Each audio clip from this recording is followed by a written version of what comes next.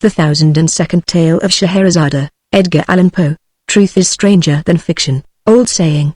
Having had occasion, lately, in the course of some Oriental investigations, to consult the Tell Me No Is It or Not, a work which, like the Zohar of Simeon Jochades, is scarcely known at all, even in Europe, and which has never been quoted, to my knowledge, by any American if we except, perhaps, the author of the Curiosities of American Literature. Having had occasion, I say, to turn over some pages of the first mentioned very remarkable work, I was not a little astonished to discover that the literary world has hitherto been strangely in error respecting the fate of the vizier's daughter, Scheherazade, as that fate is depicted in the Arabian Nights, and that the denouement given, if not altogether inaccurate, as far as it goes, is at least to blame in not having gone very much farther. For full information on this interesting topic, I must refer the inquisitive reader to the Is It or Not itself, but in the meantime, I shall be pardoned for giving a summary of what I've discovered. It will be remembered, that, in the usual version of the tales, a certain monarch having good cause to be jealous of his queen, not only puts her to death, but makes a vow, by his beard and the prophet,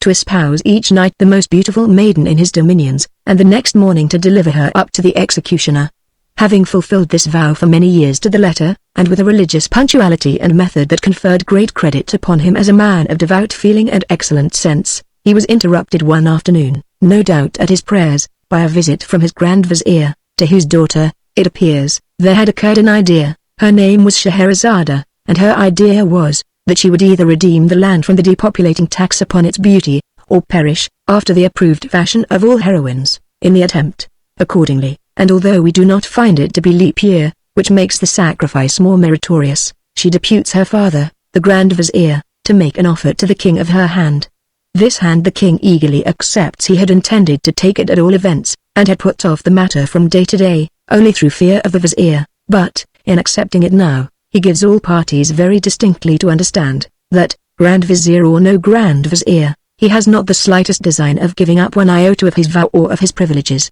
When, therefore, the fair Scheherazade insisted upon marrying the king, and did actually marry him despite her father's excellent advice not to do anything of the kind when she would and did marry him, I say, nilly, it was with her beautiful black eyes as thoroughly open as the nature of the case would allow. It seems, however, that this politic damsel, who had been reading Machiavelli, beyond doubt, had a very ingenious little plot in her mind. On the night of the wedding, she contrived, upon I forget what specious pretence, to have her sister occupy a couch sufficiently near that of the royal pair to admit of easy conversation from bed to bed, and, a little before cock-crowing, she took care to awaken the good monarch, her husband, who bore her none the worse will because he intended to wring her neck on the morrow. She managed to awaken him, I say, although on account of a capital conscience and an easy digestion, he slept well, by the profound interest of a story, about a rat and a black cat, I think, which she was narrating, all in an undertone, of course, to her sister. When the day broke,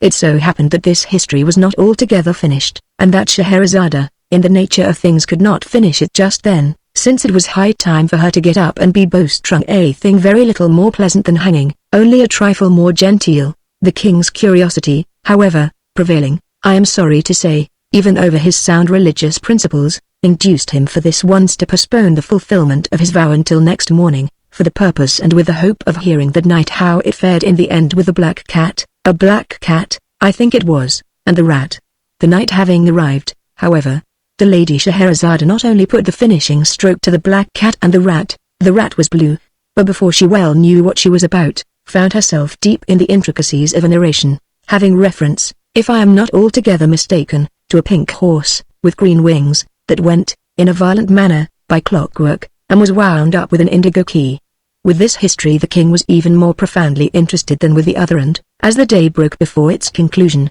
notwithstanding all the queen's endeavours to get through with it in time for the bowstringing, there was again no resource but to postpone that ceremony as before, for 24 hours. The next night there happened a similar accident with a similar result, and then the next and then again the next, so that, in the end, the good monarch, having been unavoidably deprived of all opportunity to keep his vow during a period of no less than 1001 nights, either forgets it altogether by the expiration of this time, or gets himself absolved of it in the regular way, or, what is more probable, breaks it outright, as well as the head of his further confessor. At all events, Scheherazade, who, being lineally descended from Eve, fell heir, perhaps, to the whole 7 baskets of talk, which the latter lady, we all know, picked up from under the trees in the Garden of Eden. Scheherazade, I say, finally triumphed, and the tariff upon beauty was repealed. Now, this conclusion, which is that of the story as we have it upon record, is, no doubt, excessively proper and pleasant, but alas, like a great many pleasant things, is more pleasant than true, and I am indebted altogether to the Is It or Not for the means of correcting the error. Le Maix, says a French proverb, est l'ennemi du bien, and, in mentioning that Scheherazade had inherited the 7 baskets of talk, I should have added that she put them out at compound interest until they amounted to 77. My dear sister, said she, on the 1002nd night, I quote the language of the Is It or Not at this point, verbatim. My dear sister, said she, now that all this little difficulty about the bowstring has blown over, and that this odious tax is so happily repealed, I feel that I have been guilty of great indiscretion in withholding from you and the king, who I am sorry to say, snores a thing no gentleman would do, the full conclusion of Sinbad the Sailor. This person went through numerous other and more interesting adventures than those which I related, but the truth is, I felt sleepy on the particular night of their narration, and so was seduced into cutting them short, a grievous piece of misconduct, for which I only trust that Allah will forgive me. But even yet it is not too late to remedy my great neglect, and as soon as I have given the king a pinch or two in order to wake him up so far that he may stop making that horrible noise, I will forthwith entertain you, and him if he pleases, with the sequel of this very remarkable story. Hereupon the sister of Scheherazade, as I have it from the Is It or Not, expressed no very particular intensity of gratification, but the king, having been sufficiently pinched, at length ceased snoring, and finally said, hum. And then who? When the queen, understanding these words, which are no doubt Arabic, to signify that he was all attention, and would do his best not to snore any more, the queen, I say, having arranged these matters to her satisfaction, re-entered thus, at once, into the history of Sinbad the Sailor. At length, in my old age, these are the words of Sinbad himself, as retailed by Scheherazade. At length, in my old age, and after enjoying many years of tranquility at home, I became once more possessed of a desire of visiting foreign countries, and one day,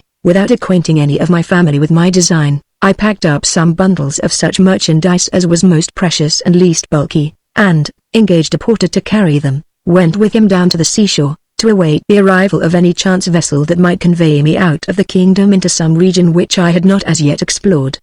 Having deposited the packages upon the sands, we sat down beneath some trees, and looked out into the ocean in the hope of perceiving a ship, but during several hours we saw none whatever. At length I fancied that I could hear a singular buzzing or humming sound, and the porter, after listening a while, declared that he also could distinguish it. Presently it grew louder, and then still louder, so that we could have no doubt that the object which caused it was approaching us. At length, on the edge of the horizon, we discovered a black speck, which rapidly increased in size until we made it out to be a vast monster, swimming with a great part of its body above the surface of the sea. It came toward us with inconceivable swiftness, throwing up huge waves of foam around its breast, and illuminating all that part of the sea through which it passed, with a long line of fire that extended far off into the distance. As the thing drew near we saw it very distinctly. Its length was equal to that of 3 of the loftiest trees that grow, and it was as wide as the great hall of audience in your palace, O most sublime and munificent of the caliphs.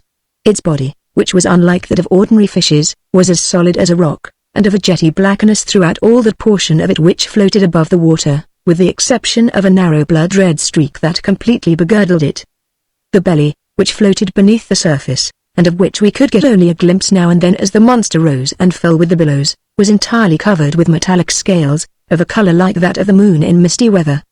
The back was flat and nearly white, and from it there extended upwards of 6 spines, about half the length of the whole body. The horrible creature had no mouth that we could perceive, but, as if to make up for this deficiency, it was provided with at least 80 of eyes, that protruded from their sockets like those of the green dragonfly, and were arranged all around the body in 2 rows, one above the other, and parallel to the blood-red streak, which seemed to answer the purpose of an eyebrow. 2 or 3 of these dreadful eyes were much larger than the others, and had the appearance of solid gold. Although this beast approached us, as I have before said, with the greatest rapidity, it must have been moved altogether by necromancy, for it had neither fins like a fish nor web feet like a duck, nor wings like the seashell which is blown along in the manner of a vessel, nor yet did it writhe itself forward as do the eels. Its head and its tail were shaped precisely alike, only, not far from the latter, were 2 small holes that served for nostrils. and through which the monster puffed out its thick breath with prodigious violence, and with a shrieking,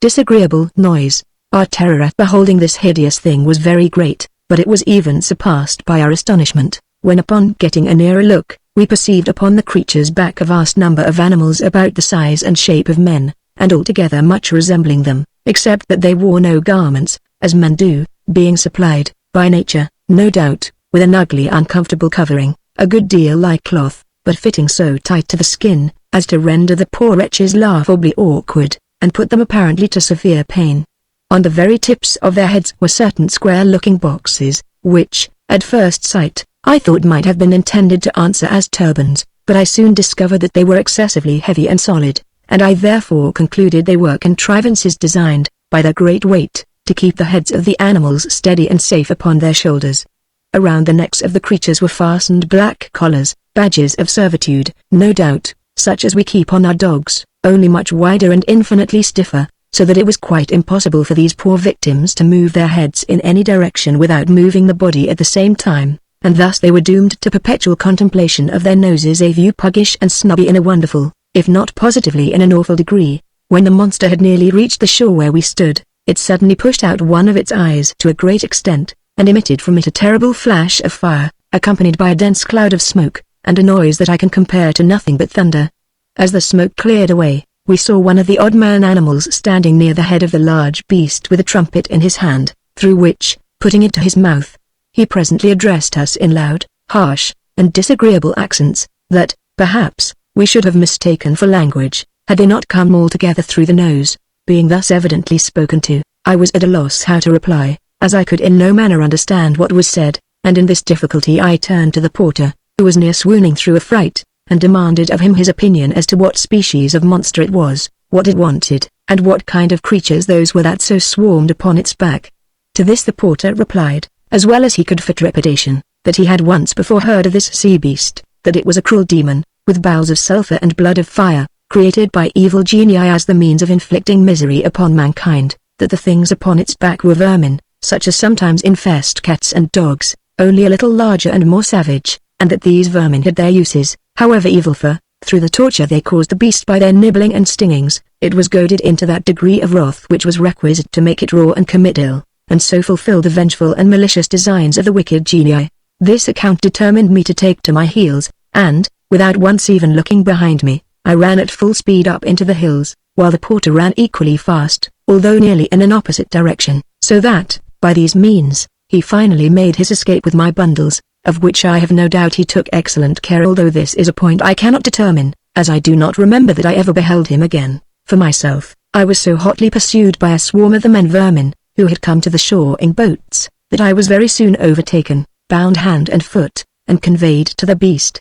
which immediately swam out again into the middle of the sea. I now bitterly repented my folly in quitting a comfortable home to peril my life in such adventures as this. But regret being useless, I made the best of my condition, and exerted myself to secure the goodwill of the man-animal that owned the trumpet, and who appeared to exercise authority over his fellows. I succeeded so well in this endeavor that, in a few days, the creature bestowed upon me various tokens of his favor, and in the end even went to the trouble of teaching me the rudiments of what it was vain enough to denominate its language, so that, at length, I was enabled to converse with it readily, and came to make it comprehend the ardent desire I had of seeing the world. Washish squashish squeak, Sinbad, hey diddle diddle, grunt unt grumble, hiss, fiss, whiss, said he to me, one day after dinner. But I beg 1,000 pardons, I had forgotten that your majesty is not conversant with the dialect of the Cockneys, so the man-animals were called, I presume because their language formed the connecting link between that of the horse and that of the rooster. With your permission, I will translate. Washish squashish, and so forth : that is to say, I am happy to find, my dear Sinbad, that you are really a very excellent fellow. We are now about doing a thing which is called circumnavigating the globe, and since you are so desirous of seeing the world, I will strain a point and give you a free passage upon back of the beast. When the Lady Scheherazade had proceeded thus far, relates the Is it or not, the king turned over from his left side to his right, and said, It is, in fact, very surprising, my dear queen, that you omitted, hitherto, these latter adventures of Sinbad. Do you know, I think them exceedingly entertaining and strange? The king having thus expressed himself, we are told, the fair Scheherazade resumed her history in the following words. Sinbad went on in this manner with his narrative to the Caliph. I thanked the man-animal for its kindness, and soon found myself very much at home on the beast, which swam at a prodigious rate through the ocean, although the surface of the latter is, in that part of the world, by no means flat, but round like a pomegranate, so that we went so to say either uphill or downhill all the time. That I think, was very singular, interrupted the king. Nevertheless, it is quite true, replied Scheherazade. I have my doubts, rejoined the king, but, pray, be so good as to go on with the story. I will, said the queen. The beast, continued Sinbad to the Caliph, swam, as I have related, uphill and downhill until, at length, we arrived at an island, many hundreds of miles in circumference, but which, nevertheless, had been built in the middle of the sea by a colony of little things like caterpillars. Said the king. Leaving this island, said Sinbad, for Scheherazade, it must be understood, took no notice of her husband's ill-mannered ejaculation. Leaving this island, we came to another where the forests were of solid stone, and so hard that they shivered to pieces the finest tempered axes with which we endeavored to cut them down.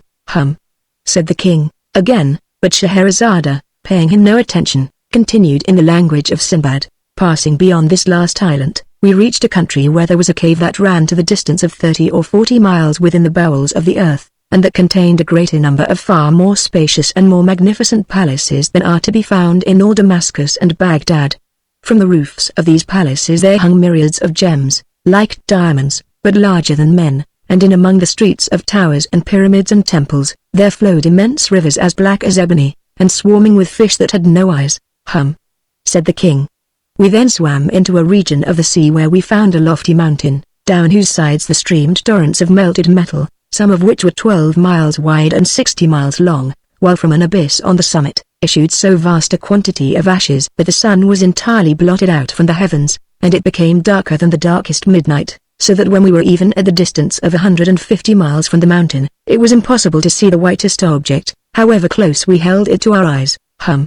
Said the king. After quitting this coast, the beast continued his voyage until we met with a land in which the nature of things seemed reversed, for we here saw a great lake, at the bottom of which, more than 100 feet beneath the surface of the water, there flourished in full leaf a forest of tall and luxuriant trees. Said the king, some 100 miles farther on brought us to a climate where the atmosphere was so dense as to sustain iron or steel, just as our own does feather. /7b7. Fiddle-de-dee, said the king. Proceeding still in the same direction, we presently arrived at the most magnificent region in the whole world. Through it there meandered a glorious river for several thousands of miles. This river was of unspeakable depth, and of a transparency richer than that of amber. It was from 3 to 6 miles in width, and its banks, which arose on either side to 1,200 feet in perpendicular height, were crowned with ever-blossoming trees and perpetual sweet-scented flowers, that made the whole territory one gorgeous garden. But the name of this luxuriant land was the Kingdom of Horror, and to enter it was inevitable death. Said the king. We left this kingdom in great haste, and, after some days, came to another, where we were astonished to perceive myriads of monstrous animals with horns resembling scythes upon their heads. These hideous beasts dig for themselves vast caverns in the soil, of a funnel shape, and line the sides of them with rocks, so disposed one upon the other that they fall instantly, when trodden upon by other animals, thus precipitating them into the monsters' dens, where their blood is immediately sucked, and their carcasses afterwards hurled contemptuously out to an immense distance from the caverns of death. Said the king. Continuing our progress, we perceived a district with vegetables that grew not upon any soil but in the air. There were others that sprang from the substance of other vegetables, others that derived their substance from the bodies of living animals, and then again, there were others that glowed all over with intense fire, others that moved from place to place at pleasure, and what was still more wonderful, we discovered flowers that lived and breathed and moved their limbs at will and had, moreover, the detestable passion of mankind for enslaving other creatures, and confining them in horrid and solitary prisons until the fulfillment of appointed tasks. Said the king. Quitting this land, we soon arrived at another in which the bees and the birds are mathematicians of such genius and erudition, that they give daily instructions in the science of geometry to the wise men of the empire. The king of the place having offered a reward for the solution of 2 very difficult problems, they were solved upon the spot, the one by the bees, and the other by the birds, but the king keeping their solution a secret. It was only after the most profound researches and labor, and the writing of an infinity of big books, during a long series of years, that the men mathematicians at length arrived at the identical solutions which had been given upon the spot by the bees and by the birds. "Oh my!" said the king. "We had scarcely lost sight of this empire when we found ourselves close upon another, from whose shores there flew over our heads a flock of fowls a mile in breadth, and 240 miles long, so that, although they flew a mile during every minute, it required no less than 4 hours for the whole flock to pass over us, in which there were several millions of fowl." "Oh fie!" said the king. "No sooner had we got rid of these birds, which occasioned us great annoyance, than we were terrified by the appearance of a fowl of another kind, and infinitely larger than even the rocks which I met in my former voyages, for it was bigger than the biggest of the domes on your seraglio, oh, most munificent of caliphs. This terrible fowl had no head that we could perceive, but it was fashioned entirely of belly, which was of a prodigious fatness and roundness, of a soft-looking substance, smooth, shining and striped with various colors. In its talons, the monster was bearing away to his eyrie in the heavens, a house from which it had knocked off the roof, and in the interior of which we distinctly saw human beings, who, beyond doubt, were in a state of frightful despair at the horrible fate which awaited them. We shouted with all our might, in the hope of frightening the bird into letting go of its prey, but it merely gave a snort or puff, as if of rage, and then let fall upon our heads a heavy sack which proved to be filled with sand. "Stuff," said the king. "It was just after this adventure that we encountered a continent of immense extent and prodigious solidity, but which, nevertheless,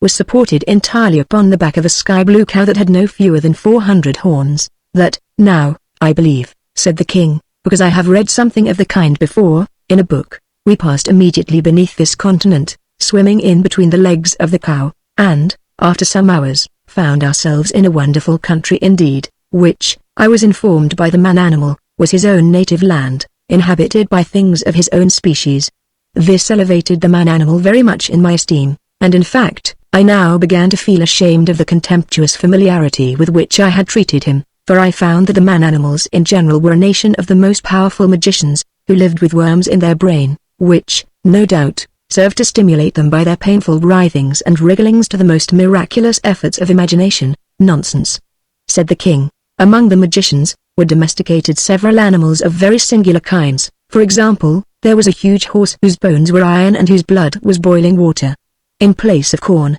he had black stones for his usual food, and yet, in spite of so hard a diet, he was so strong and swift that he would drag a load more weighty than the grandest temple in this city, at a rate surpassing that of the flight of most birds." "Twaddle," said the king. "I saw, also, among these people a hen without feathers, but bigger than a camel. Instead of flesh and bone she had iron and brick. Her blood, like that of the horse, to whom, in fact, she was nearly related, was boiling water, and like him she ate nothing but wood or black stones. This hen brought forth very frequently 100 chickens in a day, and, after birth, they took up their residence for several weeks within the stomach of their mother." "Fa, lal," said the king. "One of this nation of mighty conjurers created a man out of brass and wood, and leather, and endowed him with such ingenuity that he would have beaten at chess all the race of mankind with the exception of the great Caliph, Harun al-Rashid. Another of these magi constructed, of like material, a creature that put to shame even the genius of him who made it, for so great were its reasoning powers that, in a second, it performed calculations of so vast an extent that they would have required the united labor of 50,000 fleshy men for a year. 23 But a still more wonderful conjurer fashioned for himself a mighty thing that was neither man nor beast, but which had brains of lead, intermixed with a black matter like pitch, and fingers that it employed with such incredible speed and dexterity that it would have had no trouble in writing out 20,000 copies of the Quran in an hour, and this with so exquisite a precision, that in all the copies there should not be found one to vary from another by the breadth of the finest hair. This thing was of prodigious strength, so that it erected or overthrew the mightiest empires at a breath, but its powers were exercised equally for evil and for good. "Ridiculous," said the king. "Among this nation of necromancers there was also one who had in his veins the blood of the salamanders, for he made no scruple of sitting down to smoke his chibuk in a red-hot oven until his dinner was thoroughly roasted upon its floor. Another had the faculty of converting the common metals into gold, without even looking at them during the process. Another had such a delicacy of touch that he made a wire so fine as to be invisible. Another had such quickness of perception that he counted all the separate motions of an elastic body, while it was springing backward and forward at the rate of 900 millions of times in a second." "Absurd," said the king. "Another of these magicians, by means of a fluid that nobody ever yet saw, could make the corpses of his friends brandish their arms, kick out their legs, fight, or even get up and dance at his will. Another had cultivated his voice to so great an extent that he could have made himself heard from one end of the world to the other. Another had so long an arm that he could sit down in Damascus and indite a letter at Baghdad or indeed at any distance whatsoever. Another commanded the lightning to come down to him out of the heavens, and it came at his call, and served him for a plaything when it came. Another took two loud sounds and out of them made a silence. Another constructed a deep darkness out of two brilliant lights. Another made ice in a red-hot furnace. Another directed the sun to paint his portrait, and the sun did. Another took this luminary with the moon and the planets, and having first weighed them with scrupulous accuracy, probed into their depths and found out the solidity of the substance of which they were made. But the whole nation is, indeed, of so surprising a necromantic ability, that not even their infants, nor their commonest cats and dogs have any difficulty in seeing objects that do not exist at all, or that for 20 millions of years before the birth of the nation itself had been blotted out from the face of creation. Analogous experiments in respect to sound produce analogous results. Preposterous, said the king. The wives and daughters of these incomparably great and wise magi, continued Scheherazade, without being in any manner disturbed by these frequent and most ungentlemanly interruptions on the part of her husband. The wives and daughters of these eminent conjurers are everything that is accomplished and refined, and would be everything that is interesting and beautiful, but for an unhappy fatality that besets them, and from which not even the miraculous powers of their husbands and fathers has, hitherto, been adequate to save. Some fatalities come in certain shapes, and some in others, but this of which I speak has come in the shape of a crotchet. A what? Said the king. A crotchet, said Scheherazade. One of the evil genii, who are perpetually upon the watch to inflict ill, has put it into the heads of these accomplished ladies that the thing which we describe as personal beauty consists altogether in the protuberance of the region which lies not very far below the small of the back. Perfection of loveliness, they say, is in the direct ratio of the extent of this lump. Having been long possessed of this idea, and bolsters being cheap in that country, the days have long gone by since it was possible to distinguish a woman from a dromedary. Stop, said the king, I can't stand that, and I won't. You have already given me a dreadful headache with your lies. The day, too, I perceive, is beginning to break. How long have we been married?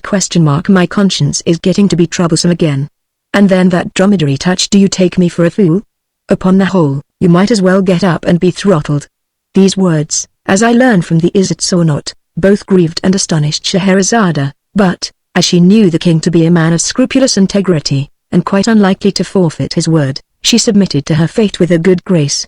She derived, however, great consolation, during the tightening of the bowstring, from the reflection that much of the history remained still untold, and that the petulance of her brute of a husband had reaped for him a most righteous reward, in depriving him of many inconceivable adventures,